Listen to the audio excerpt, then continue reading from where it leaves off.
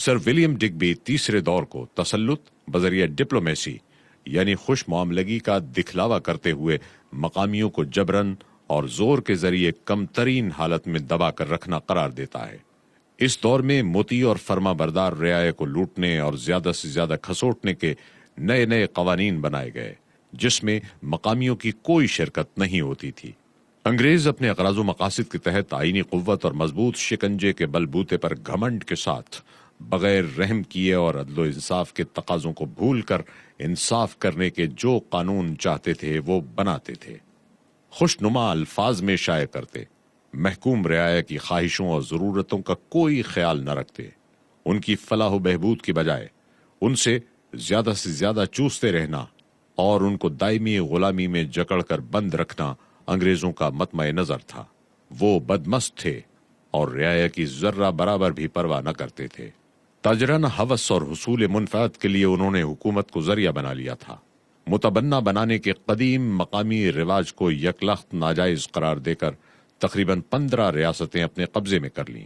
اس طرح بلا وجہ صوبہ سندھ، صوبہ اودھ اور صوبہ پنجاب کو یکے بعد دیگرے اپنے قبضے میں لے آئے۔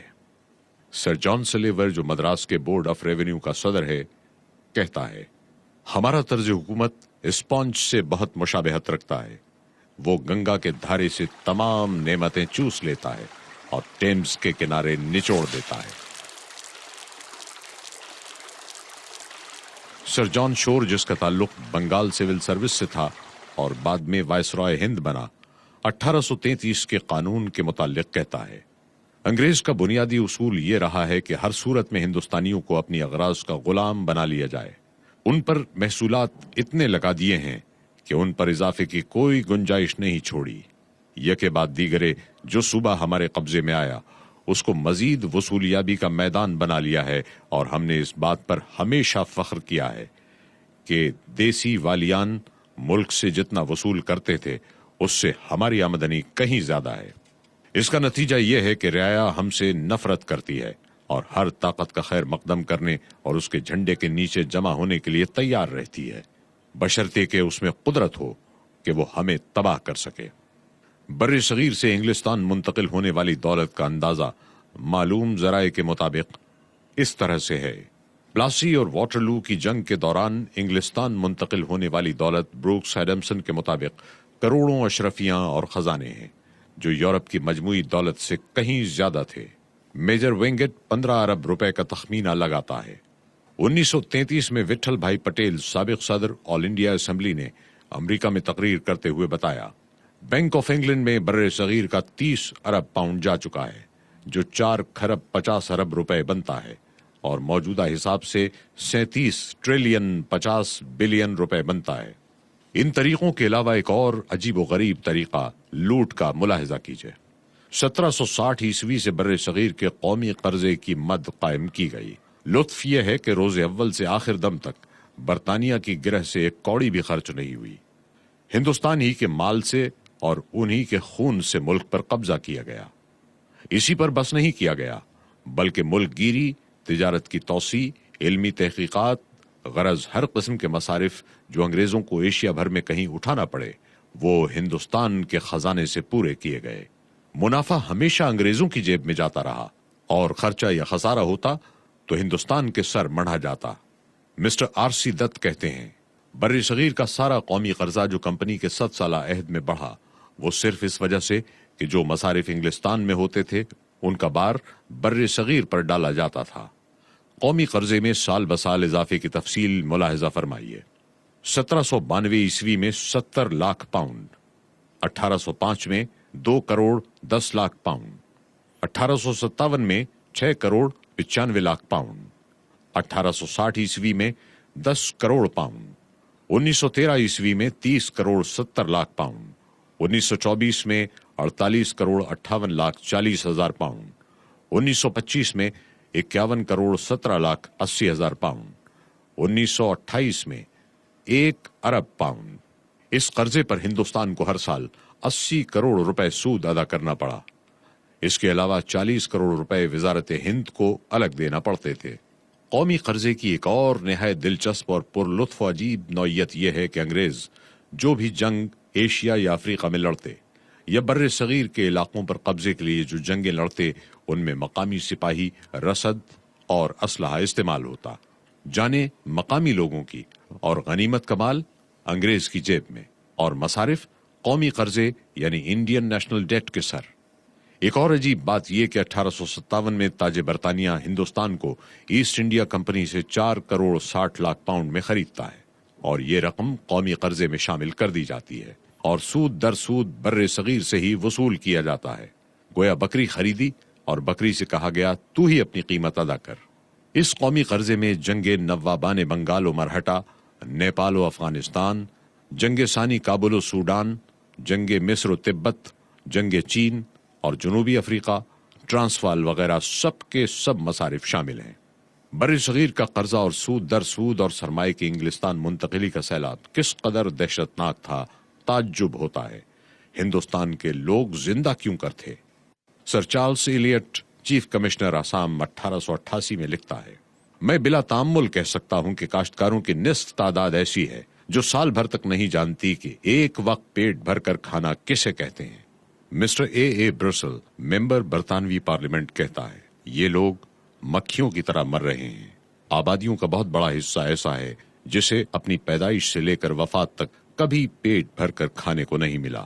25 کروڑ سے زیادہ تعداد اس آبادی کی ایسی ہے جسے ساری عمر پیٹ بھر کر چاول بھی نصیب نہیں ہوئے۔ ڈاکٹر رتھرفورڈ 1927 میں کہتا ہے، میرے غم و افسوس کا سب سے بڑا سبب یہ ہے کہ میں برطانوی باشندہ ہونے کی حیثیت میں ان کی جسمانی حالت کا ذمہ دار ہوں، جس نے ان کو دھیمے مگر تکلیف دہ طریقے پر موت کے گھاٹ اتار دیا ہے۔ ہم برطانوی باشندے ان کی حالت کے ذمہ دار ہیں۔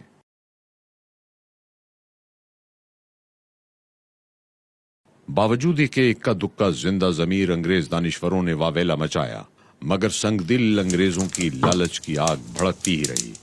دولت حاصل کرنے کی بھوک دن بدن بڑھتی رہی، اور جنگ عظیم اول کے بعد تو دولت کا بھوکا درندہ مزید دہشتناک ہو گیا، اور بر صغیر کے مقامی باشندوں کی بربادی اور ذلت کی انتہائیں ختم ہو گئیں۔